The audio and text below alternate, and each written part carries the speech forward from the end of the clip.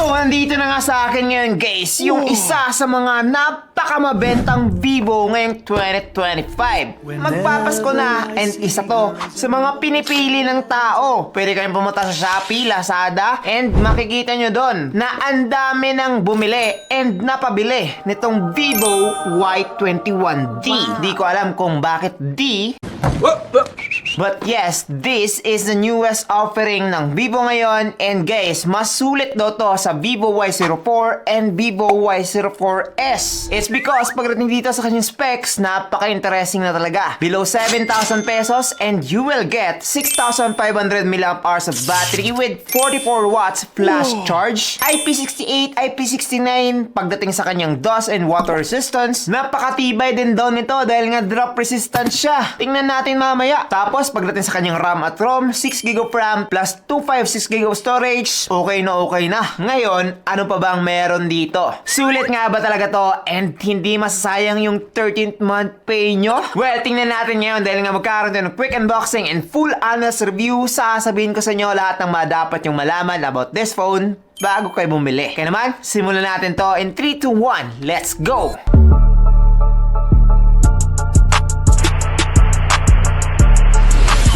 Yo, what's up guys? I'm JP and this is JDin TV. Ngayon, meron tayong 13 smartphone giveaway this December 15. Dahil eto guys, yung ating November plus December mega pamasko giveaway ng JDin TV. So kung gusto mo maka-join, mag-subscribe ka lang and also just keep on supporting us by commenting. Plus, lagyan na lang ng hashtag JDin TV pamasko para maka-join. Ganun lang kadali. Let's go!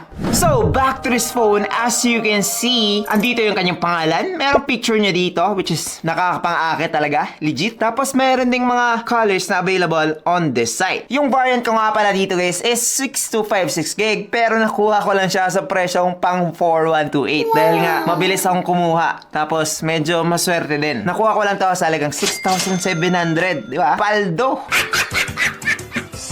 Ngayon, syempre, tingnan naman natin. By the way, Vivo, kung gusto nyong matuwa ako, sponsored naman! Palagi na lang gumagastos dito tapos pinapamigay ko pa, di ba? Good Samaritan. As you can see, eto na nga guys yung smartphone. Maganda talaga siya. Legit. The back camera, parang iPhone 17. Pero before tayo mag-dig in deeper dyan, dito guys sa may ibaba, andito yung kanyang jelly case which is clear.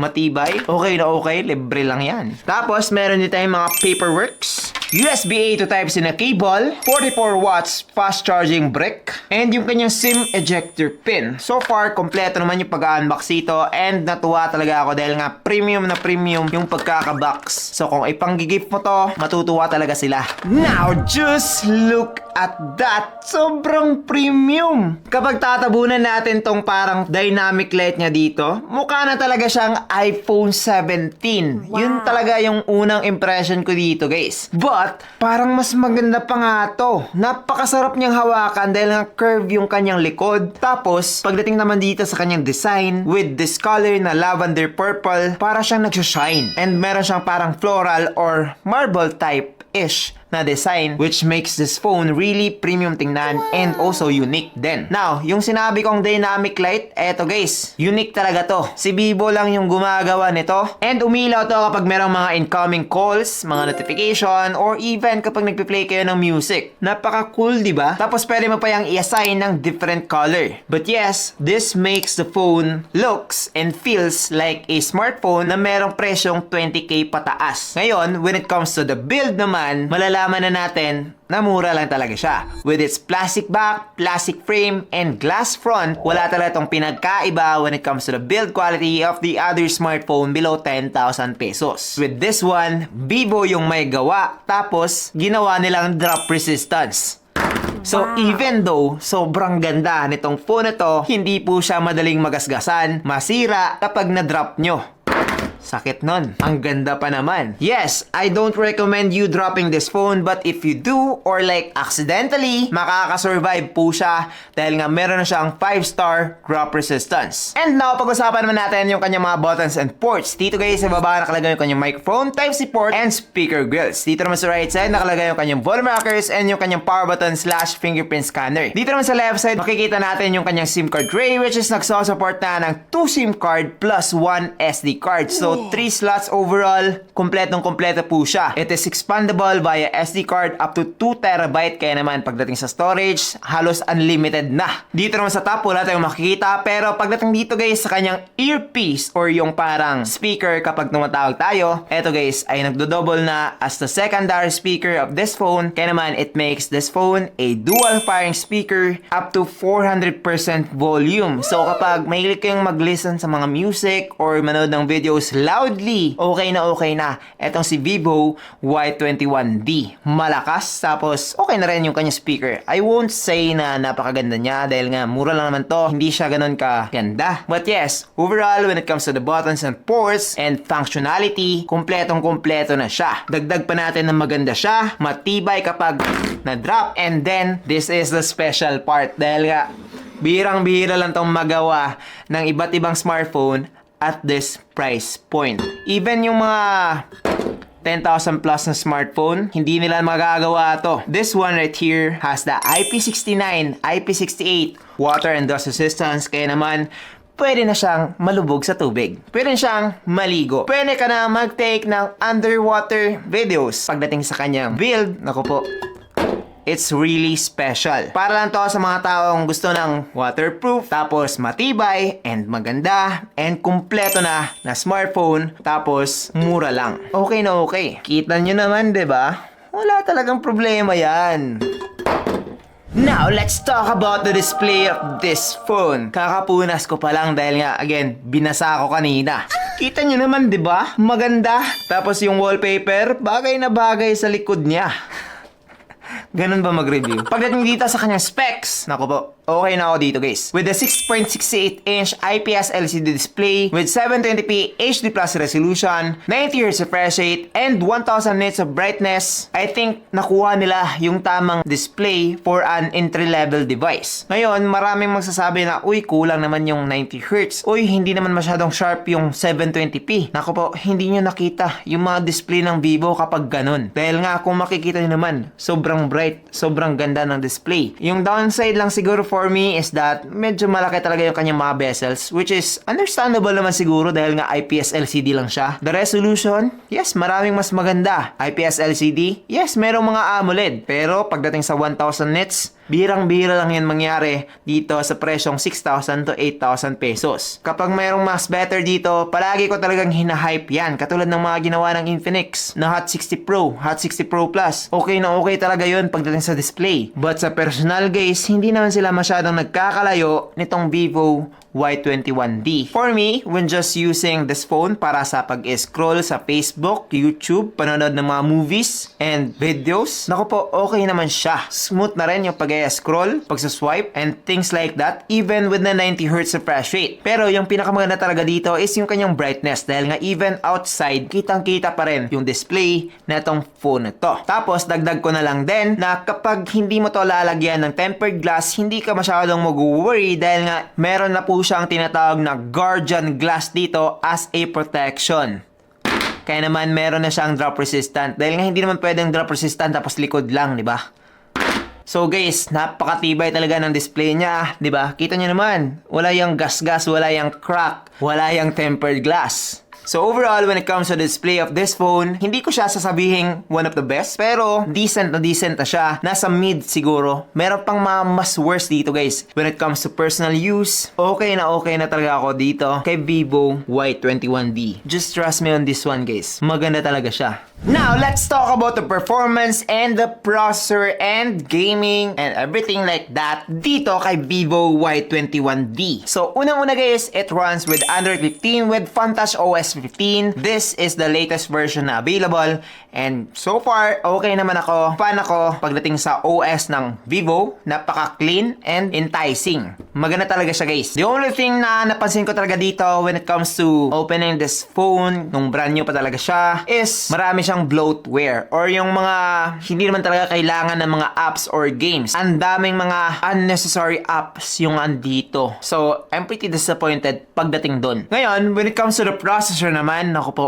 don't expect. It's because it comes with only Unisoc T7225 pagdating sa kanyang chipset and octa-core CPU up to 1.8 GHz with Mali G52 MP1 naman pagdating sa kanyang GPU. Ngayon, for me, the processor is just an entry-level processor from Unisoc. Makikita mo to sa mga cellphone na merong presyong 4,000 pesos, 5,000 pesos. Kaya naman, medyo disappointed talaga ako dito. Na-try ko to sa Antutu Benchmark. Meron na siyang 418,000 dito, which is inangat na to ng version 11 ng Antutu. Dati mga 200 to 250,000 lang talaga to. And yes, mapapansin mo naman yan when it comes to using this phone for gaming and things like that. So, sinasabi ko na kaagad sa inyo guys, kapag pang gaming lang talaga, don't buy this phone. Pero since binili ko naman to, tapos kailangan kong i-review, well, naglaro pa rin ako dito ng iba't ibang games like Mobile Legends, Call of Duty, and Hawk. Dito guys, sa Mobile Legends, meron siyang Ultra Graphics with high frame rate, and as you can see, makakapaglaro pa rin naman. Minsan lang magkakaroon ng lags or frame drops, pero sa homepage nito guys, medyo marami ako na-experience na lag doon. But kapag nakapag-start ka ng maglaro, okay naman siya in the middle of the game. Ngayon, sa Hawk naman, meron po siyang Ultra Graphics with high frame rate. Ganun pa rin naman yung na-experience ko compared sa Mobile Legends. Same na same lang talaga sila. Playable and minsan lang magkaroon ng lag and frame drops. Sa Call of Duty naman, meron tayo ditong medium graphics with high frame rate, and as you can see, medyo napapadami na yung pagkakaroon ng lags and frame drops using this phone dahil nga again, hindi talaga to gaming phone. Pero pagdating sa experience naman, mas nagustuhan ko siya sa Call of Duty dahil nga meron na siyang dual speaker tapos 400% volume pa. So, mas nakaka-enjoy lang talaga maglaro ng Call of Duty kapag malakas yung speaker tapos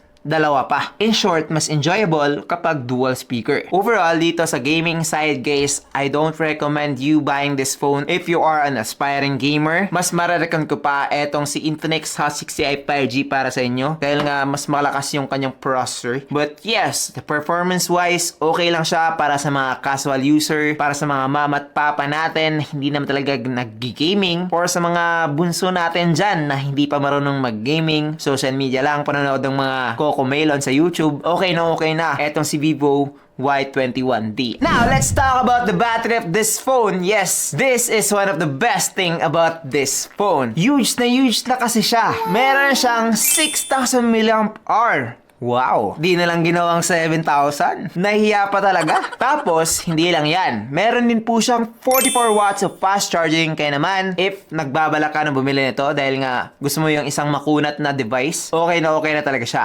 Aabot ka na ng up to 2 days with this one dahil nga hindi talaga siya nag-aaksaya ng baterya. Like, makunat talaga siya. Kapag casual use lang, naku po, 2 days talaga to. Ngayon, sa charging naman, eto guys ay aabot ng 38 minutes from 0 to 50%. Pero kapag 0 to 100% naman, it's around 1 hour and 20 minutes. For me, napaka-quick na nun, especially at this price point. Battery-wise, charging-wise, this is one of the best that you can get sa presyong 8,000 pesos and below. Now, let's talk about the camera of this phone. Maganda ba talaga to? Dahil nga, you know, ang ganda ng pagkaka-design. Well, let's see. Pagdating dito sa kanyang specs, this one has 50MP main camera and auxiliary lens dito sa kanyang likod. Pagdating naman sa kanyang selfie, eto guys ay merong 5MP selfie camera. Ngayon, when it comes to the result naman, dito sa aking mga nakuhang pictures or mga larawan, I think guys, marami pang mas better dito. I mean, when it comes to the color reproduction, tapos sa kanyang saturation, hindi siya masyadong natural tingnan. Para akong pumuputi dito compare sa mga other devices na na-try ko, which is mas natural. And I think mas better ng konti etong si Infinix Hot 60i 5G when it comes to the camera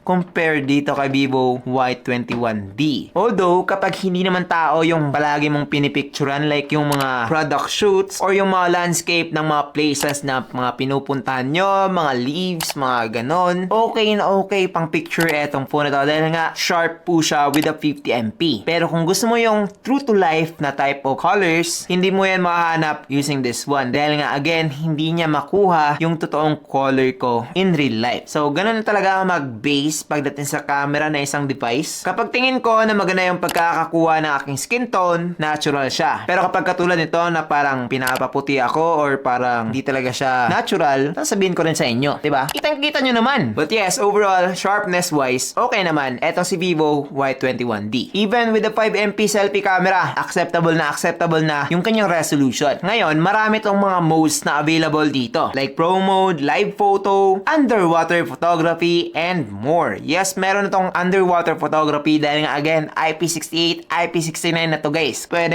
nang ilubog. Kung gusto mo yon, gusto mo yung mga underwater shots, well definitely, okay na etong si Vivo Y21D dahil nga magagawa mo na yon. Ngayon, sa video quality naman, eto guys ay makakakuha na ng 1080p at 30fps both main camera and selfie camera, and ngayon, try natin.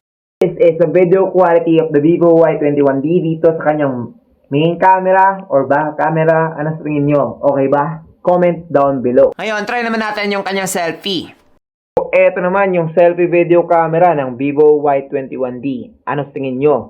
Okay ba? Yung audio, okay ba? Comment down below. Now, after looking at the result dito sa kanyang video quality, I think na hindi talaga siya made for videography or even with the photography. Maraming mas better dito at this price point. But again, pwede mo itong ilubog. Pwede ka mag-video dito underwater. So, again, hindi yan magagawa ng mga sinabi kong mas better pagdating sa result. So guys, kung trip mo talaga yung underwater shot, wala na magagawa doon. Okay na etong si Vivo Y21D as your option. Wala ka namang ibang option.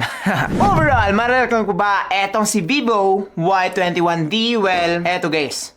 Meron talaga siyang specific na target market. And these are the people na kailangan ng isang device na pwedeng ilubog sa tubig and pwede ring madrop. And eto na yon. Tapos napakaganda pang tingnan. For this price na 8,000 pesos and below, wala ka ng ibang smartphone na mas better dito guys. Kapag yun yung hanap mo. Biruin mo yon, makakapag-video ka na underwater sa inyong mga swimming pool or even in the river. Wag lang sa dagat guys. Hindi ko talaga marirecommend sa dagat. Masira yung phone nyo. And yes, maganda na rin yung kanya display. Decent lang yung kanyang processor. Pero sa build and design, tapos waterproof pa, well definitely, okay na talaga to kung yun yung hanap mo. Pero kung gusto mo na isang device or smartphone na mas maganda pa sa camera, sa processor, tapos 5G pa, well definitely mag-subscribe ka lang dahil nga marami pa tayong i-review. And guys, if you are looking to buy this phone, just wait for a sale. Dahil nga gusto ko naman na katulad ko, nabili ko lang siya sa 6,700 tapos yung 6256 gig na, maglalagay na lang ako ng link down below tapos hintayin nyo kapag nag-sale. Just make sure to be safe dahil nga marami ng mga fake ngayon. So kapag tingin nyo too good to be true, it probably is.